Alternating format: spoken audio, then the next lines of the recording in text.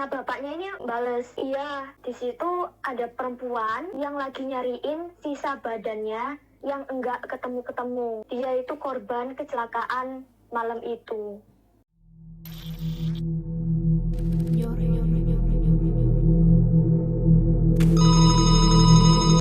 Halo. Angkat dong. Nyoror by phone. Kembali lagi di Nyoror by phone, dimana gue teleponan langsung dengan narasumber yang cerita pengalaman horornya ke gue. Bersama Gina Eros atau biasa dipanggil Geros yang hobinya bacain cerita horor dari kalian. Halo guys, kita kembali lagi ke Nyore nih. Kangen gak lu sama Nyore? Kemarin Nyore sering, terus nyerem-serem, abis itu Nyore lagi. Anyway, gue pengen ingetin kalian nih ya, untuk selalu jaga kesehatan dan patuhi protokol. Dan jangan lupa booster, kalau nggak bisa masuk kemana-mana kita. Gue aja kemarin baru booster nih, lagi sakit nih tangan gue. Pokoknya semoga kita semua dilindungi dan selalu disehatkan. Amin. Di video kali ini gue teleponan sama narasumber gue yang namanya minta disamarin nih guys. Jadi kita sebut aja namanya Tamara ya, yang nyeritain pengalaman horornya dan apa yang dia lihat waktu dia main ke sebuah pabrik gula yang ada di Sidoarjo. Ini serem banget sih, serius. Sebelum kita lanjut ke videonya, gue mau mastiin dulu nih, kalian udah subscribe belum ke channel gue? Kalau belum, gue tungguin, subscribe dulu. Udah?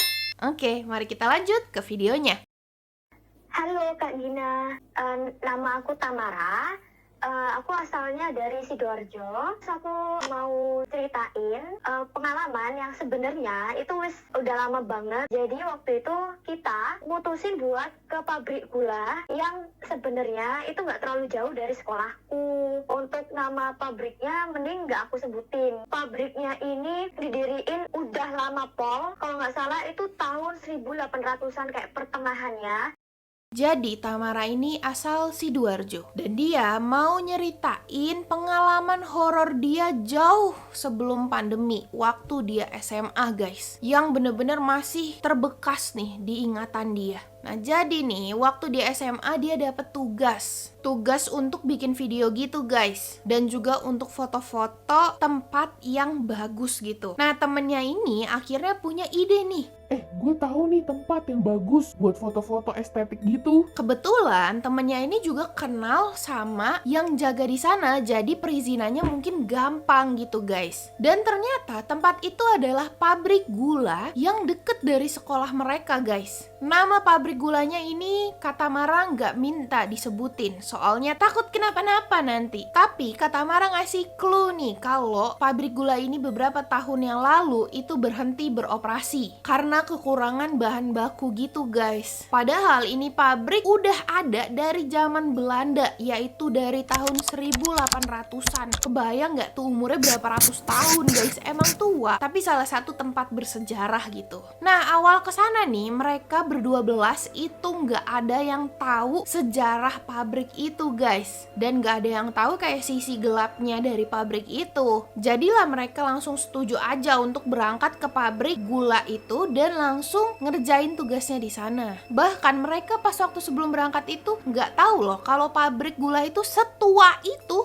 Nah jadi pas waktu udah nyampe sana nih, ayahnya dari temennya yang ngidein disuruh ke sana itu ternyata kenal sama orang yang jaga sana guys. Dan akhirnya perizinannya gampang aja tuh, karena mereka kan juga nggak macem-macem ya. Jadi ya dibolehin aja buat tugas sekolah kok. Nah mereka itu nyampe sana jam 8 pagi guys, jadi masih terang ya. Nah pas awal Kak Tamara itu masuk sana nih, yang dia rasain itu langsung suasana kolonialnya guys. Jadi kayak waktu zaman Belanda gitu. Atau kalian kalau main ke Kota Tua atau main ke Bandung tuh, itu kayak begitu suasananya. Dan yang bikin herannya lagi, Kak Tamara itu ngeliat di belakang pabrik itu nih, itu ada jejeran rumah-rumah guys, yang ada di dalam komplek pabrik itu guys. Dan di dalam pabrik itu selain ada gedung sebagai produksinya, dia juga punya kayak kereta untuk mengangkut barang-barang perpindahan antara gedung gitu guys. Keren banget gak sih? Jadi di dalamnya itu ya ada rel kereta api dan ada gerbongnya. Nah tahun waktu Kak Tamara kesana nih nih guys, alias waktu Katamara SMA, itu pabrik masih berfungsi guys, masih menghasilkan gula. Dan juga masih banyak tebu-tebu yang ada di pojokan pabrik gitu yang belum diolah.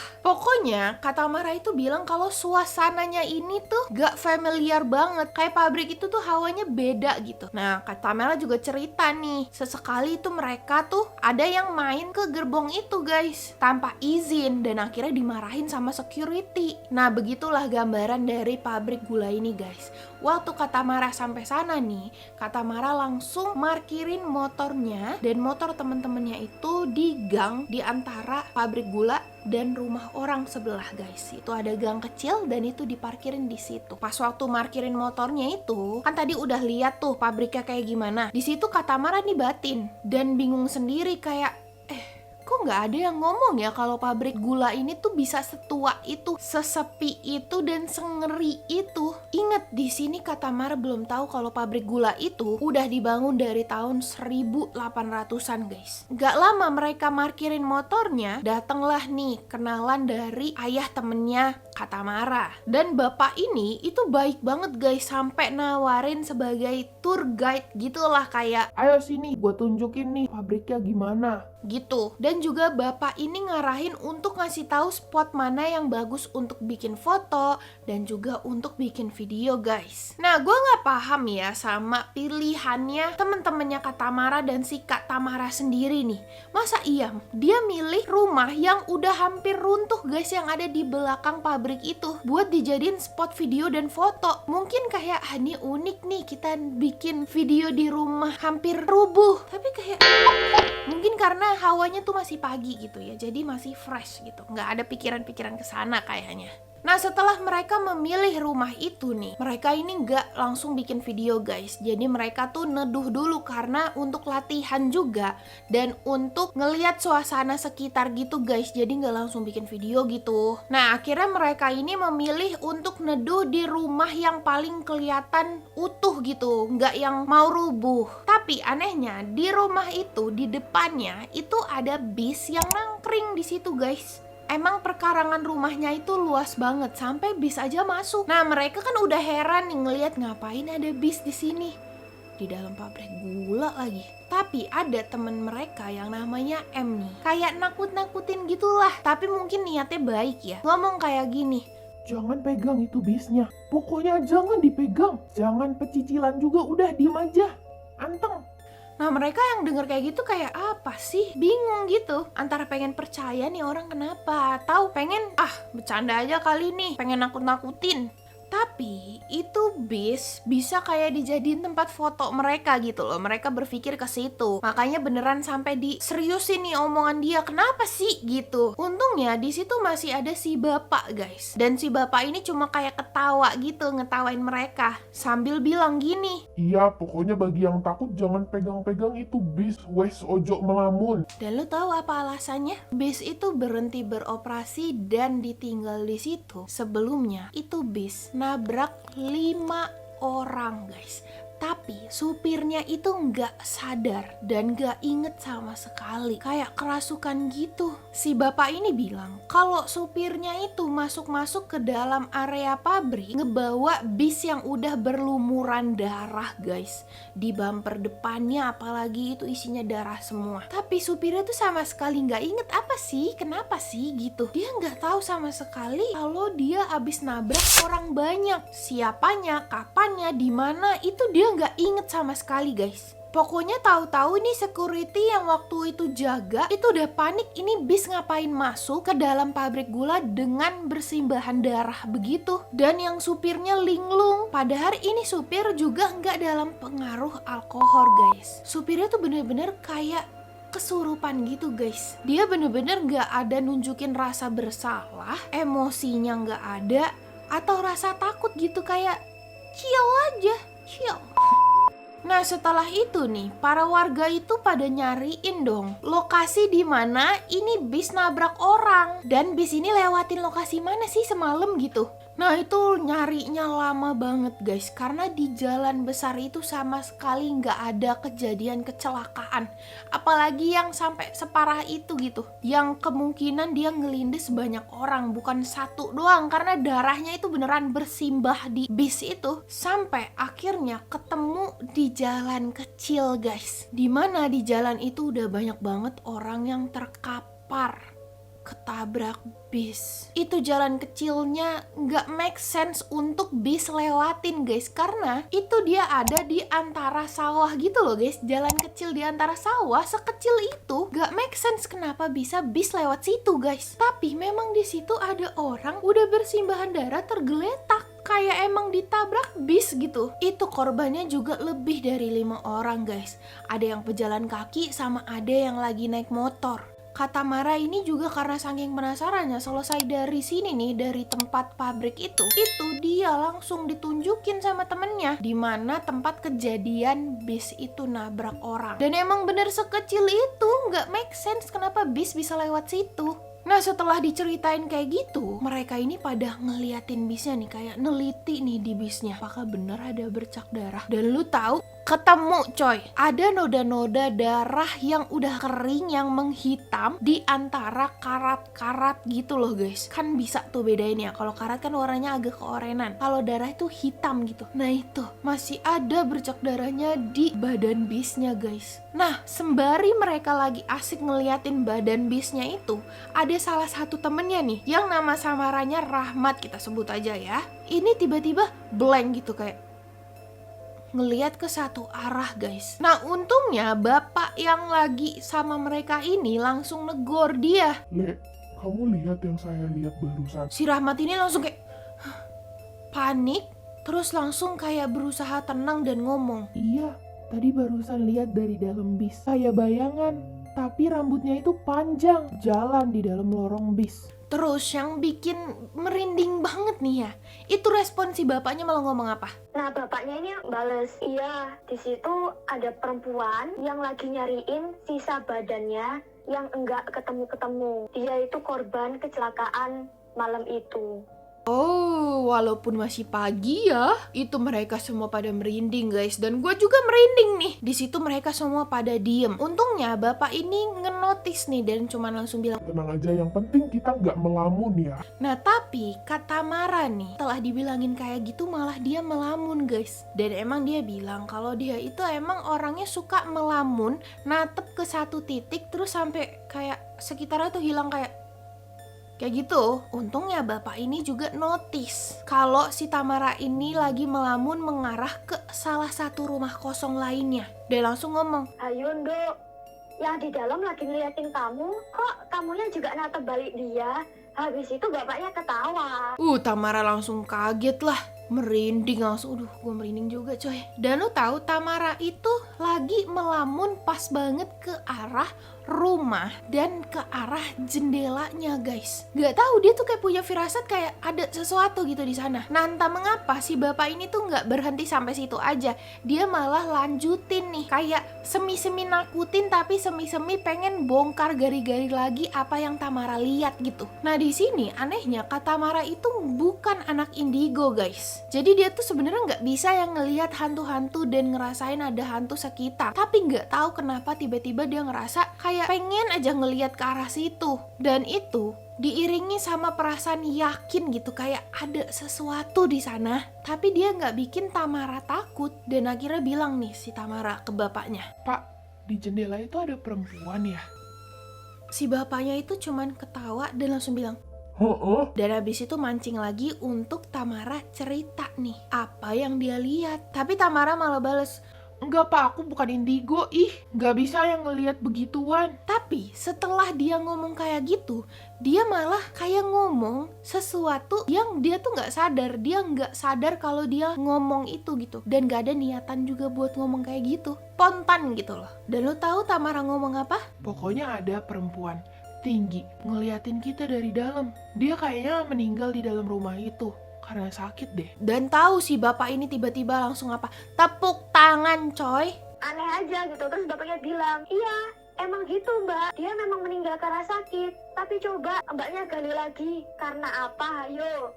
kok makin tebak-tebakan? Dan Tamara jawab, Sakitnya berhubungan sama panas. Tapi dia dasarnya itu udah sakit-sakitan. Terus dia kena wabah dan akhirnya dia demam dan meninggal. Dan itu ngebuat dia sedih banget. teman-temannya yang pada denger kayak gitu semua bingung, diem aja.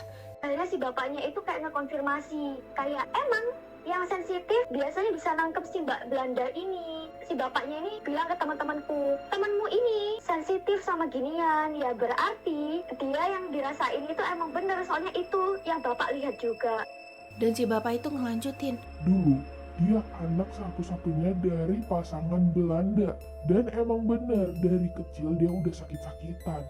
Dan katanya, anak ini tuh seumuran kalian loh. Nah, pas denger itu Tamara ini langsung shock dong. Karena Tamara pikir ini orangnya udah lumayan besar gitu. Karena yang dia lihat, yang dia rasain itu tuh orangnya tinggi banget. Tapi kata si bapak, dia umurnya cuma 15 tahun, gak jauh dari umur mereka. Nah di situ Tamara ngejelasin lagi nih apa yang dia rasain nih, vibes yang dia dapet dari sosok itu. Dia ngomong kalau sosok itu dia belum ikhlas atas kematiannya dia. Karena kematian dia ini menurut dia ngebuat keluarganya itu hancur. Ibunya langsung sakit-sakitan karena sedih kehilangan dia. Bapaknya juga udah nggak seramah itu karena depresi gitu, udah kehilangan anak. Pokoknya di situ dia sangat bersedih atas kehancuran keluarganya yang dia pikir karena kepergian dia. Kayak dia udah ngehancurin keharmonisan keluarganya gitu guys. Nah banyak juga penyesalan-penyesalan lainnya nih dari sosok ini guys. Di antaranya dia ngerasa kalau kematian dia itu terlalu cepat karena dia belum bisa nikmati masa mudanya guys. Dan dia belum bisa ngerasa bahagia seperti anak-anak muda lainnya gitu. Dan juga seumur hidupnya dia tuh nggak boleh keluar main guys. Karena kan tadi dibilangin dia ini sakit-sakitan gitu. Jadi dia nggak punya kesempatan untuk seneng-seneng di luar rumah guys. Dan juga kata Mara ini punya feeling kalau kenapa si sosok itu tuh ngeliatin mereka terus. Itu karena si sosok ini tuh kayak, oh gitu ya rasanya punya temen. Oh gitu ya rasanya jadi anak remaja biasanya yang bisa ngumpul rame-rame sama temennya, terus pergi ke tempat asing, asik-asikan gitulah pokoknya. Nah perasaan itu kebawa sama kata Mara karena kata Mara beneran kayak rasain kesedihan dia gitu loh guys. Dan ngebuat moodnya kata Mara ini pengen nangis. Tapi jujur dia deep down dia tahu kalau itu bukan moodnya dia. Jadi itu cuma kayak dia ngerefleksiin kesedihan dari sosok itu guys. Nah gak lama dari situ nih, alhamdulillahnya mereka pamit nih. Langsung mau ke tempat tadi untuk ngambil foto dan video. Yang emang tujuan awal mereka ke situ untuk itu kan. Nah setelah mereka pamit itu, sebelum mereka pergi itu ternyata apa? Sosok itu beneran nunjukin dirinya ke kata Mara dan beberapa temennya. Karena mereka beneran ngeliat ada sosok perempuan tinggi yang rambutnya digulung ke atas gitu, pakai baju putih renda-renda, jalan menjauhi jendela itu guys dan masuk ke dalam rumah. Nah kata Mara bilang nih, kayaknya dari tadi sosok itu tuh paham apa yang kita omongin.